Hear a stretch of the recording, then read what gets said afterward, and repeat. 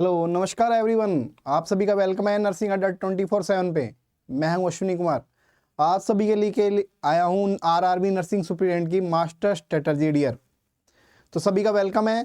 तो क्या master strategy रहने वाली है, कैसे अपनी RRB nursing superintendent exam crack कर सकते हैं, क्या क्या अपने को करना पड़ेगा डियर, क्योंकि अभी आपको पता है एग्जाम अपना आने वाला है। ठीक है, 40 to 50 डेज के बाद अपना एग्जाम क्या आने वाला है डियर, आने वाला है। तो सबसे पहले तो अभी भी मान लीजिए कई बच्चे क्या हैं, अभी भी कंफ्यूज हैं, डरे हुए हैं, स्ट्रेस में है। ठीक है, एंजाइटी हो रही है सभी को भी, सर कब एग्जाम होगा, ठीक है, क्या होने वाला है, सिलेक्शन होगा या नहीं होगा। ठीक है, तो इन सभी चीज़ों से, इस फेज से सभी के सभी गुजर रहे हैं अपने। ठीक है, तो सबसे पहले अपने को क्या करना है डियर, इस एग्जाम में आप लोगों को सिलेक्शन क्यों लेना है, इस एग्जाम में आप लोगों को सिलेक्शन क्यों लेना है। तो सभी का पहले तो डियर वाई क्लियर होना चाहिए। वाई भी आपको इस एग्जाम में सिलेक्शन क्यों लेना है डियर, आपको आरआरबी नर्सिंग सुपरिटेंडेंट ही क्यों बनना है, आपको नर्सिंग ऑफिसर ही क्यों बनना है। जिस किसी का ये वाई क्लियर होगा ना, तो वो बच्चा क्या होगा डियर, अपने आप ही क्या करेगा, पढ़ाई करेगा। क्यों लेना है, क्यों ले सकते हैं, अपने माता पिता के लिए, अपने पेरेंट्स के लिए। ठीक है, या फिर आप कब से तैयारी कर रहे हैं, कब से तैयारी कर रहे हैं, आपको क्या होता है मोस्टली देखते हैं अपने, क्या होते हैं अपने रिश्तेदार बोलते हैं कब होगा क्या होगा, उनके लिए। ठीक है, या फिर आपका कोई रिलेटिव है, वो भी आपका क्या है, कोई नर्सिंग ऑफिसर है, नर्सिंग स्टूडेंट है, आप भी चाहते हैं भी मैं भी ऐसा बनाऊं। ठीक है, या फिर खुद के लिए, है ना। तो सबसे पहले तो एक वाई क्लियर होना चाहिए भी, अपने को सिलेक्शन लेना क्यों है डियर। जब ये वाई क्लियर होगा ना, तो वाई क्लियर होने से क्या होगा, जो आपको आलस आ रहा है तैयारी करने में, क्या आ रहा है डियर, सभी को आलस आ रहा है, सभी थक जा रहे हैं पढ़ते पढ़ते। जब भी कभी आप थक जाए ना, तो इस वाई के बारे में सोच लीजिएगा भी, ये वाई आपको सिलेक्शन लेना क्यों है इस बार। कईयों का क्या है, लास्ट चांस है, कईयों का क्या है डियर, लास्ट चांस है, काफी टाइम हो गया तैयारी करते हुए, उनको लग रहा है मेरा इस बार क्या है लास्ट चांस है, अब क्या हो जाएगी, ओवर एज हो जाएंगे। तो उसको सोचिए भी, इसके बाद मेरे पास कोई मौका नहीं है। तो इसीलिए कहते हैं भी जिंदगी मौका सभी को देती है डियर। ठीक है, जिंदगी मौका या अवसर क्या होता है, सभी को देती है, बट उसको बनाना हर किसी को नहीं आता है। ठीक है, जिंदगी मौका सभी को देती है। ठीक है, पर वो बनाना किसको होता है, जो मेहनत करेगा इस वक्त, वो जो क्या करेगा, मेहनत। फिर अपने बाद में क्या एक साइकोलॉजी यूज करते हैं भी, हमारा लक नहीं था। लक एक इफेक्ट होता है, बट आपने कितनी मेहनत की वो एक अलग इफेक्ट होता है। ठीक है, तो सबसे पहले तो अपना वाई क्लियर करो। जब वाई क्लियर हो जाएगा ना, तो जो आप आलस आ रहा है, आपको तैयारी करने में डर लग रहा है, सब कुछ चीजें हो रही है, वो अपने आप ही सही हो जाएगा। क्योंकि आपको पता है अपने सपनों के सफल बनाने के लिए अपने को क्या करना पड़ेगा, बातों से नहीं डियर, रातों से लड़ना पड़ेगा यहाँ पे। क्योंकि सर्दियां आ चुकी हैं, सभी को नींद भी आएगी, सब कुछ आएगा, बट यहाँ पे अब बातों से काम नहीं होने वाला। ठीक है, भी मैं सिलेक्शन ले लूंगा, बट आपको अब क्या करना पड़ेगा, अब अपनी रातों से भी लड़ना पड़ेगा डियर। ठीक है, अपनी रातों से भी लड़ना पड़ेगा। ठीक है, और इसके बाद आप सेकंड काम क्या कर सकते हैं डियर, टाइम वेस्ट। अपने को अपना टाइम वेस्ट नहीं करना है, टाइम वेस्ट नहीं करना है बच्चे। टाइम वेस्ट कैसे कर देते हैं आप, टाइम वेस्ट का कैसे तरीका होता है भी, आप कोई भी स्टडी करने लगे, आप पढ़ने लगे, बट आपका माइंड क्या हो गया, डिस्ट्रैक्ट हो गया, यानी कि डिस्ट्रैक्शन किसी भी बहाने से हो सकता है आपका। आप मोबाइल चलाने लग गए, आप टीवी देखने लग गए। ठीक है, आप कुछ शादी हो रही थी बीच में पास में, बट आप वो करने लग गए। बट अगर आपका वही बोर्ड का एग्जाम होता है और पास वाले घर में शादी होती है, तो आप किस कंसिस्टेंसी से, किस धैर्य से आप पढ़ते हैं भी, अब कल मेरा तो एग्जाम है।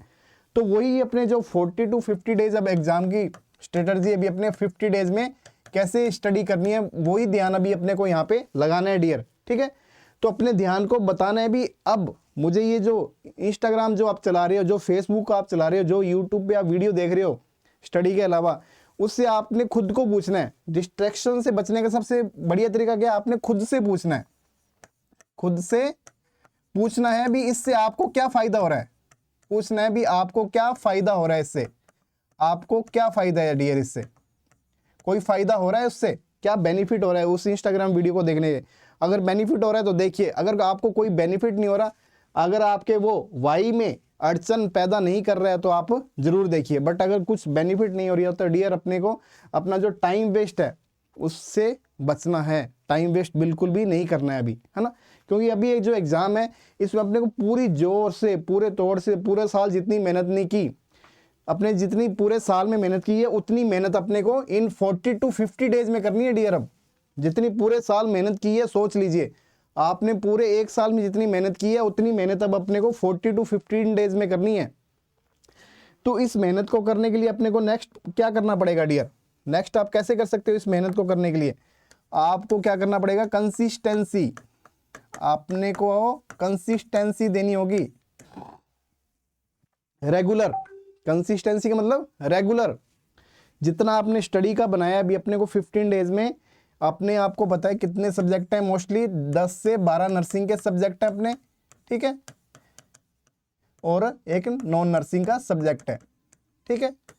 तो 10 से 12 सब्जेक्ट को आपने 15 डेज में कैसे कवर करेंगे?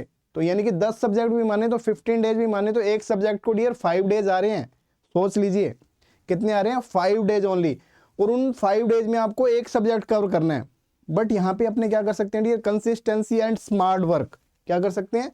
एंड स्मार्ट वर्क करना है। थोड़ा सा स्मार्ट वर्क में क्या करना है भी अपने को पता है, जो अपने ये आपके जो ये सब्जेक्ट हैं 10 से 12, इसमें से जो कुछ ऐसे सब्जेक्ट रहते हैं एग्जाम में, अगर आपने वो 3-4 सब्जेक्ट पढ़ लिए तो आपके एग्जाम में 70-80% मार्क्स आ जाते हैं। जैसे अपने नर्सिंग में बात करें तो अपने MSN fundamental of nursing, pedia, OBG और मेंटल हेल्थ नर्सिंग, अगर ये 5 सब्जेक्ट डियर जिसके सारे सब्जेक्ट स्ट्रॉन्ग ना होके ये 5 सब्जेक्ट जिसके क्लियर है ना, उसके ये मान लो 70 से 80% नंबर एग्जाम में आ जाते हैं। 70 से 80। तो उसको अपने क्या बोलते हैं? 70-30 या 70-20 रूल। 70-30 रूल बोलते हैं डियर। यानी कि जो सब्जेक्ट होते हैं 70% कवर करते हैं और बाकी जो है 30% आपका कवर करेगा। तो इसी हिसाब से अपनी स्ट्रेटेजी बनानी है भी अपने को। इन सब्जेक्टों को मान लीजिए आपने कितने दिन देने हैं डियर? 30 डेज दे दीजिए इनको, और 10 डेज में बाकी जो छोटे छोटे सब्जेक्ट हैं उनको कवर कर लीजिए, ठीक है। कंसिस्टेंसी अपने को लगातार देनी है, बहाने बिल्कुल भी नहीं करने हैं डियर, ठीक है। अब आप कहते हो सर कंसिस्टेंसी हमारी नहीं बन रही है। कंसिस्टेंसी पढ़ाई में लगातार हम नहीं पढ़ पा रहे हैं। तो पढ़ाई में डियर ऐसा भी नहीं है भी आप एक बार बैठ गए तो लगातार पढ़ना होता है। पढ़ाई में रूल चलता है आपका 50-10 का रूल चलता है। क्या रूल चलता है डियर? 50-10 का रूल। 50-10 का रूल क्या होता है डियर? भी आपको 50 मिनट स्टडी करनी है, 50 मिनट स्टडी करनी है, 10 मिनट अपने आप को किसी एक्टिविटी में इन्वॉल्व करना है, अदर एक्टिविटी में। स्टडी के अलावा आप क्या कर सकते हैं? आप गाने सुन सकते हैं, ठीक है, आप किसी से बात कर सकते हैं, ठीक है, आप एक्सरसाइज कर सकते हैं, जिससे क्या होगा आपका जो माइंड है और डेवलप होगा, जिससे आपका क्या फिर दोबारा से ध्यान पढ़ाई में बनता है, ठीक है। तो साइकोलॉजी के अनुसार ये जो स्ट्रेटजी है आपकी 50-10, यानी कि 50 मिनट आपने स्टडी की, फिर आपने 10 मिनट माइंड को रिलैक्स दिया, फिर आपने स्टडी की। इस तरह से आपको कंसिस्टेंसी से 6 से 8 घंटे अपने को स्टडी करनी है, ठीक है। 6 से 8 घंटे क्या करनी है डियर? अपने को स्टडी करनी है, ठीक है। उसके बाद अब सभी को क्या लग रहा है डियर? सभी को क्या लग रहा है? एक डर भी लगा हुआ है भी सर सिलेक्शन होगा या नहीं होगा। डर तो सभी को लगा हुआ है, एक है ना, डर तो सभी को लगा हुआ है। तो बट जीवन में सबसे बड़ा डर क्या होता है डियर? सबसे बड़ा खतरा अगर अपने बोले, सबसे बड़ा खतरा क्या है? सबसे बड़ा खतरा यही है भी आप अभी कुछ करने से डर रहे हैं। अपने को यहाँ पे डरना नहीं है। जब आप कुछ कर जाते हैं ना तो कुछ ना कुछ डियर हो जाता है। तो अपने यहाँ पे अगर अच्छे से तैयारी करेंगे, आप अच्छे से सब कुछ करेंगे, कुछ ना कुछ आप सीखेंगे और कुछ ना कुछ अपने नेक्स्ट जो एग्जाम होगा, जो भी RRB नर्सिंग स्टूडेंट का, उसको क्रैक अवश्य कर लेंगे डियर, ठीक है। उसके बाद इसमें आप क्या कर सकते हो डियर? और अपना जो इंपॉर्टेंट रहने वाला वो क्या फिनोमिना आप अपना सकते हैं इसमें? रिवीजन। जितना भी आपने किया उसको रिवाइज करना है। एंड MCQ सबसे इंपॉर्टेंट क्या रहने वाला है? सबसे ज़्यादा इंपॉर्टेंट क्या रहने वाला है डियर? MCQ। सबसे ज़्यादा क्या रहने वाला है? MCQ करने अपने अपने, ठीक है।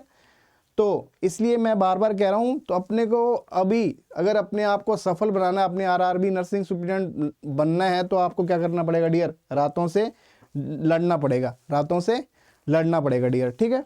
तो ये स्ट्रेटजी अपना के थोड़ी सी आप क्या कर सकते हैं, एग्जाम को क्या कर सकते हैं डियर, क्रैक कर सकते हैं।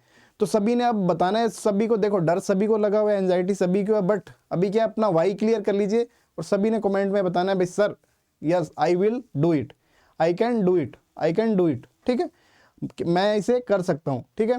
क्योंकि साइकोलॉजी क्या बताती है, 90% सक्सेस जो आप अपने माइंड को देते हो ना, कमांड देते हो भी मैं ये कर सकता हूँ, मैं ये कर सकता हूँ, तो वो कमांड 90% सही होती है, साइकोलॉजी ने ये फैक्ट है डियर, ठीक है।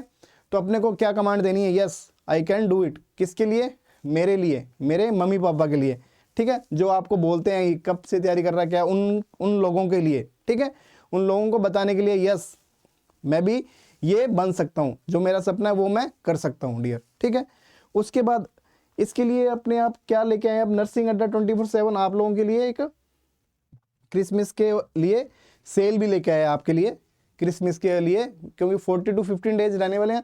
तो नर्सिंग अड्डा 24/7 आपके लिए तेजस बैच लेके आया डियर, इसलिए आपके लिए तेजस बैच लेके आया नर्सिंग सुपरिटेंडेंट के नाम से, जो 26 दिसंबर से शुरू होने वाला है और 50 डेज के अंदर लगभग आपका सारा का सारा सिलेबस, सारे के सारे जो MCQ सेशन है वो रहने वाले हैं इसमें यूट्यूब पे, ठीक है।